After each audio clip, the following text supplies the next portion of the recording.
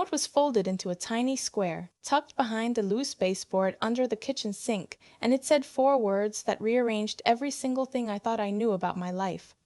He is not safe. My name is Nora. Well, everyone calls me Nora, though my full name is Eleanor, which my mother only uses when she's furious. I'm 31 years old. I teach 3rd grade at a public school in Columbus, Ohio. And until last Tuesday afternoon, I believed I had a reasonably good marriage. Not a perfect one. My husband and I had been together for 6 years, married for 3, and like most couples I knew, we had settled into a rhythm that was comfortable, if not exactly electric. He worked long hours at his IT consulting firm. I came home to an empty house most evenings, made dinner, watched TV, went to bed. We had a dog named Pickle, who slept between us and made everything feel warmer than it actually was. I found the note because the pipe under the kitchen sink had been dripping for 2 weeks, and my husband kept saying he'd call a plumber and never did. So on Tuesday, my day off for a teacher's professional development day that got canceled last minute, I crawled under there myself with a wrench and a YouTube tutorial and a determination to stop putting things off. The baseboard panel was loose. I only noticed because I bumped it reaching for the shutoff valve. It swung outward and the little square of paper fell right into my palm like it had been waiting for me. My first thought was that it was a grocery list or a phone number some previous owner had hidden. The house was built in 1987 and we'd bought it 4 years ago. Old houses have secrets that don't belong to you. But the handwriting wasn't old. It was fresh blue ballpoint pen, slightly smudged like the person had been in a hurry. And it wasn't a grocery list. He is not safe. Look in the crawl space above the garage. I put copies there. I'm sorry I couldn't say it to your face. Am gord chin melis dendises. I sat on the kitchen floor for a long time. Pickle came and put his chin on my knee and looked at me with his enormous brown eyes, and I just stared at the wall. M was almost certainly Marcy. Marcy Delgado, who had been our house cleaner for just over a year and whom my husband had fired 6 days ago. He told me she broke an irreplaceable piece of his grandmother's pottery. I'd felt bad about it. Marcy had always been warm and professional, showed up exactly when she said she would, left the house smelling like pine and lavender, but I hadn't questioned him. Why would I? He'd handled it before I even came home that evening. I just found the check he'd already written sitting on the counter, and he asked me to mail it, and I did. The pottery, for what it's worth, was not irreplaceable. It was from Target. I bought it myself 3 years ago. I folded the note back up and slid it into the pocket of my jeans. My hands were completely steady, which surprised me, because inside my chest something had come loose and was banging around like a shutter in a storm. I knew where the crawl space above the garage was. There was a ceiling panel in the garage you could push up with a ladder. My husband kept old tax records up there and a box of his college stuff and what he described as general equipment. I'd never gone up myself. I'm afraid of heights, and he always said there was nothing worth seeing anyway, just dust and memories. I stood in the garage for a moment, just breathing. Outside, a neighbor's lawnmower started up. The sound of it, so ordinary and suburban and completely indifferent to what I was holding, made something tighten in my throat.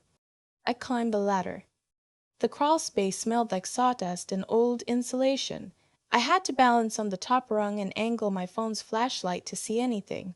In the far corner, tucked behind the box labeled TAX's 2018-2020, was a manila envelope, plain, sealed, nothing written on the outside. I nearly fell off the ladder getting it down. I sat in my car in the garage with the door closed and opened the envelope. Inside were photographs, printed on regular computer paper, slightly blurry, clearly screenshots from a phone. They showed my husband with a woman I didn't recognize, at what looked like a hotel bar, then a hotel hallway, then, and this is where my hands finally started shaking, a hotel room. The timestamps in the corner were from 8 months ago, 14 months ago, 22 months ago. This had not started recently. But the photographs were not the worst part. Under the photographs was a single sheet of paper, a printout of an email chain. From my husband's personal account, the one I technically knew the password to, because we shared everything when we first got married and then gradually just stopped checking each other's things the way you do when you trust someone. The email chain was between my husband and his brother who lives in Phoenix, and the contents of those emails made the photographs feel almost quaint.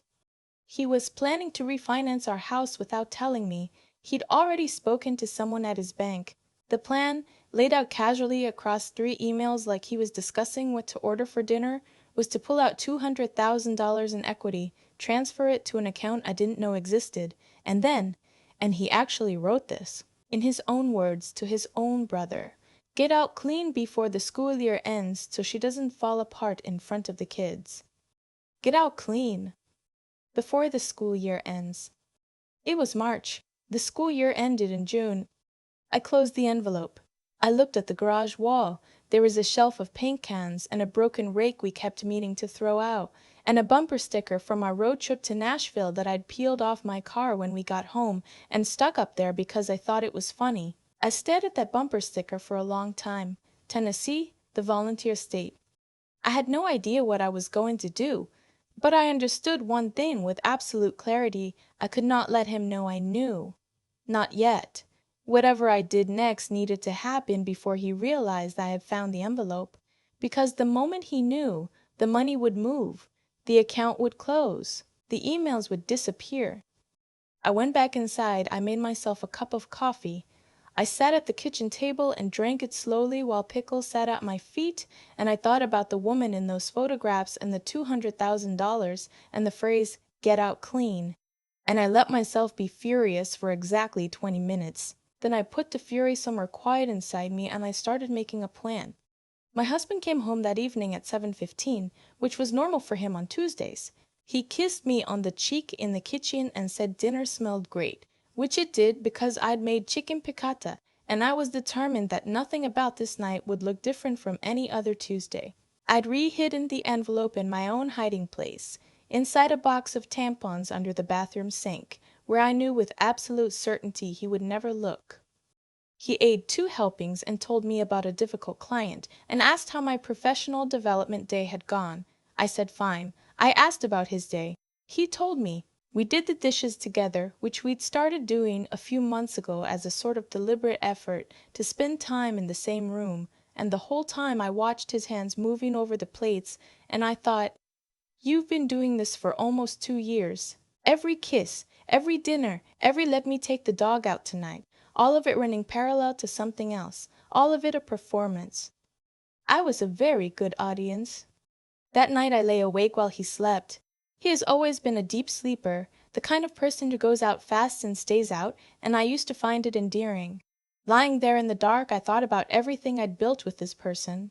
The house. The dog. The joint checking account with our names printed on the checks. The way I'd rearranged my life when he got the job at the Columbus firm. I'd turned down a position in Pittsburgh, a really good one, because we'd agreed Columbus was where we were building our future. I thought about Marcy. She had taken a risk leaving that note. She was our house cleaner, not our friend. She had no obligation to me at all. She could have just left the job, moved on, kept her head down. Instead, she had apparently been watching something in our house that alarmed her enough to stay late one Tuesday and hide a note behind a baseboard before she was fired. I made a mental note to call Marcy. Not yet, but soon. By morning, I had the outline of a plan. I am, despite what the chaos of the past several days might suggest, an organized person. I make laminated calendar charts for my third graders.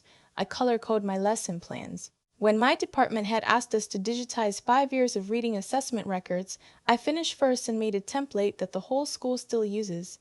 I am extremely good at solving problems when I have enough information and enough time, and I am not panicking. I was not panicking. I was past panic. I was in the cold, efficient place that comes after panic, which is honestly a much better place to operate from.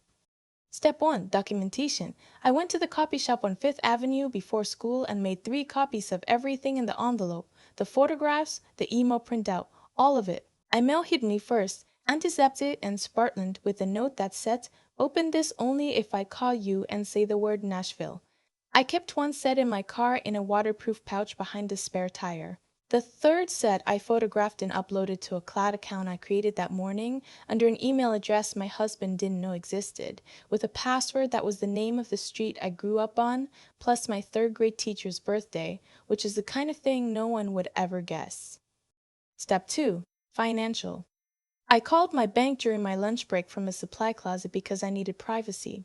I had a checking account that was technically mine from before the marriage, dormant but still open, with maybe $40 in it. I reactivated it and transferred a portion of the money from our joint account. Not enough to trigger alarm. Not so little it wouldn't matter. Step 3. Legal. This was the step I'd been dreading because it made everything real in a way the other steps somehow hadn't. I looked up family law attorneys in Columbus that evening, ostensibly browsing my phone in the bathroom while my husband watched basketball in the living room. I found one with strong reviews specifically from women who mentioned financial protection and asset preservation. I sent an email from my new account asking to schedule a consultation at the earliest possible time. My husband knocked on the bathroom door to ask if I wanted popcorn. I said yes. I put my phone in my pocket and went out and ate popcorn with him on the couch and watched the last 12 minutes of the game, and he put his arm around me and I let him, because the version of me sitting on that couch was a woman performing normalcy, and she was doing a flawless job. The attorney got back to me the next morning. Her name was Miss Kellner and she had an opening on Friday afternoon. I told my principal I had a medical appointment. Vague, no elaboration. Teachers rarely get questioned on those, and I went. Miss Kellner was brisk and unsentimental and exactly what I needed. She reviewed the photographs and the email printout and did not look shocked by any of it, which I found oddly comforting. She explained the concept of dissipation of marital assets, which is the legal term for what my husband was attempting to do with the equity in our house. She said the fact that he had not yet completed the refinancing was actually significant. She said I had moved faster than most people do, which she said in a way that was a compliment, and she took my case. That same afternoon I stopped by the coffee shop 2 blocks from the school where Marcy and I had agreed to meet. I'd texted her that morning using the number from the old checks, not knowing if it would still work, and she'd written back within minutes. When I walked in, she was already there, a cup of coffee in front of her, her coat still on. She looked nervous and also relieved. She said she'd been cleaning our house for 14 months. She said she'd noticed things gradually. Nothing she could put her finger on at first, just a feeling. Then she'd been in my husband's study one afternoon, dusting his desk, and she'd accidentally knocked his laptop out of sleep mode and seen something on the screen before she could look away. A conversation. Names she didn't recognize but content she understood. She said she felt sick. She said she debated with herself for 2 months before she hid the note. She said the thing that finally decided her was the day my husband came home unexpectedly while she was there, and she watched him walk through our house checking rooms in a way that, in her words, gave her a very specific kind of chill, like he was checking inventory. I thanked her. She cried a little. I gave her my number and told her the situation was being handled and asked if she'd be willing to provide a statement to my attorney if it became necessary. She said yes immediately. Over the following week, I continued to be a perfectly unremarkable wife. I made his coffee how he liked it, 2 sugars, splash of oat milk. I remembered to ask about the difficult client. I suggested we try the new Thai place on Lane Avenue that we'd been meaning to visit, and we went, and it was genuinely good, and I watched him eat pad see ew and laugh at something I said, and I thought, you had no idea, the entire time. You constructed this whole exit plan, and you had no idea that you were already in mine. I was sleeping better by that point, which surprised me. I think it was the action, the having done something. The fear that had gripped me in the garage that first afternoon had been replaced by something sharper and much more useful. Then he made a mistake. On a Wednesday evening, 12 days after I found the note, my husband told me he had a client dinner in Cincinnati on Saturday and would be driving down early and back late. I nodded and set to drive safe. He kissed me goodbye Saturday morning and I waved from the front porch. His car turned the corner and I went inside and opened my laptop. The family account we shared, for streaming, for the cloud photo library, for a few other things we'd set up together years ago, was still linked to his phone's location when his phone was on. He'd shown me how to turn it on once when we were taking separate cars to his parents' house for Thanksgiving. He'd forgotten to turn it off. His phone was in Columbus. Specifically, it was 6 miles from our house at the Hilton on Nationwide Boulevard. I sat with that for a moment. I texted Miss Kellner. Then I called my sister. She answered on the second ring, and I said, Nashville. She was quiet for a second. Then she said, I'll open it tonight. Are you okay? I thought about that question. I looked around my kitchen, the pine cabinets we'd painted together the summer we moved in, the window above the sink with its little herb pots, the coffee mug shaped like an owl that I'd bought at a craft fair and loved unreasonably much. I will be, I said. By the following Thursday, the world had rearranged itself considerably. Miss Kellner had filed for divorce citing financial misconduct. She'd simultaneously contacted my husband's bank with documentation of the fraudulent refinancing scheme, which the bank took seriously enough to flag the application and freeze the relevant process pending review. The joint account had been legally noted as a marital asset under protection order. My husband could not move, withdraw, or transfer the equity from our house without a court's permission. My husband came home Thursday evening to find two things: an empty house because I was at my sister's friend's apartment, which she'd arranged without him knowing my location, and a packet of legal documents on the kitchen counter.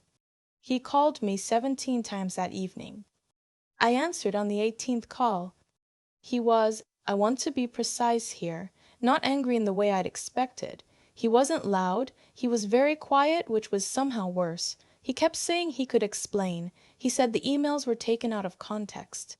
He said the photographs were from before he met me, which was obviously not true, given the hotel timestamps, but was the kind of lie that, I suppose, he hoped I'd accept because I had accepted so many smaller ones. I said, the bank knows about the refinancing application. Long silence. The smell hit me first, the smell hit me first, the smell hit me first, and something sweeter underneath, the kind of smell that tries to burn to give a statement. Another silence, shorter. What do you want? He finally said. And here's the thing, I thought about this question. I'd spent 2 weeks thinking about almost nothing else. What did I want? The house? The equity? A dramatic confrontation? An apology? Some form of visible suffering on his part? What I actually wanted, I realized when the moment arrived, was simple. I wanted out. Clean, fast, documented, and in a way that protected me financially. I didn't need him to understand what he'd done. I didn't need him to feel what I felt. I didn't need a speech or a breakdown or a moment of reckoning. I just needed the door to close. My attorney will be in touch, I said, and I hung up. The divorce took 4 months, which Ms. Kellner said was relatively fast given the complexity. He contested a few things and then stopped contesting when it became clear that the documentation I had was comprehensive and that the financial misconduct finding would affect any judge's view of the proceedings. We sold the house. I got a fair share of the equity. I kept Pickle. I moved to a small apartment in Clintonville.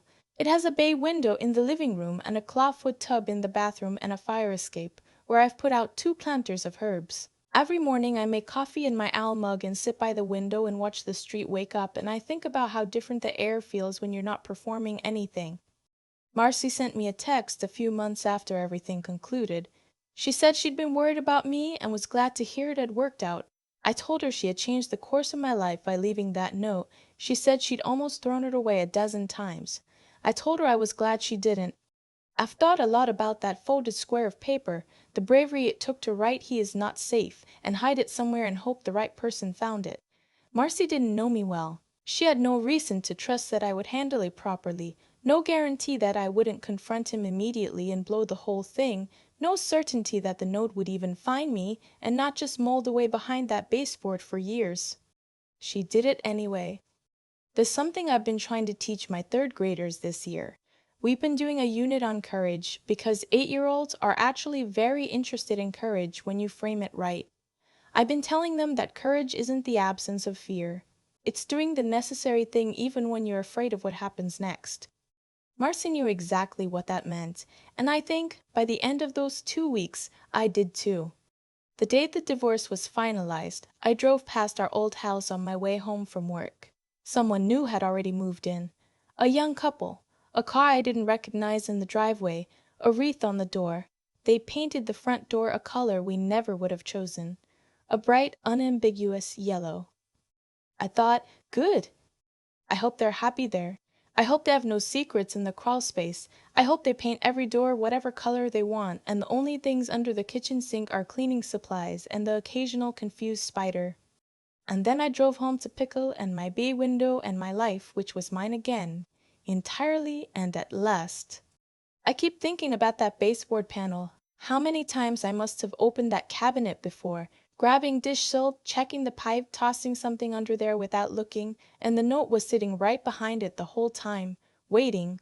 That's the part that stays with me the most. Not the betrayal, not the photographs, not even the phrase "get out clean." It's the fact that the truth was always there. I just hadn't had a reason to look. What Marcy did took something I don't have a clean word for. She wasn't my friend. She had no stake in how my life turned out. She was a woman who cleaned my house on Tuesdays and knew from 14 months of quiet observation that something was badly wrong, and she made a choice that cost her something. Time. Risk. The possibility that I wouldn't believe her, or worse, that I'd tell my husband and make things harder for her. She did it anyway because not doing it felt like a worse kind of wrong. That's what I'd call integrity, though it sounds too small a word for what she actually did. It's the thing that makes you act correctly, even when no one will ever know if you didn't. Marcy knew. That was enough for her. And then there's what I had to do with what she gave me. I want to be honest about this. I was terrified. Sitting in my car in the garage with that envelope in my lap, I wanted very badly to put it back where I found it. I wanted to pretend the baseboard had stayed closed. There is a version of me who might have done exactly that, who would have decided the disruption was too large and the life she'd built was worth protecting, even if the foundation had rotted out. I understand that version of me. I don't judge her. But she would have suffered for it, slowly and then all at once, when June came and the money moved and my husband drove away clean. Instead, I did the harder thing, which required me to think clearly at the exact moment I least wanted to. I made copies. I called a lawyer. I tracked a location. I sat across a dinner table from someone I now knew was planning to erase me, and I asked him how his day was, and I meant none of it, and I kept going. That kind of thinking, the cold, precise kind you have to force yourself into when everything in you wants to collapse, is something you don't know you have until you absolutely need it. I didn't know I had it. I'm glad I found out. The strength part, though, that one surprised me most. Not the dramatic strength of confrontation, but the daily kind. 12 days of normal coffee and normal dinners and normal conversations while carrying something enormous and saying nothing. My third graders would call that self-control, which again feels too small. It's more like deciding every single morning to keep going towards something better even when the path there is invisible and you're the only one who knows you're walking it. Those three things together, doing what's right even when it costs you, thinking clearly even when you're frightened, and holding steady even when it's exhausting, that's what got me out. Not luck, not someone rescuing me. Me and Marcy and the decision we each made to not look away. I drove past the old house last week. The yellow door was bright enough to see from half a block away. I kept driving.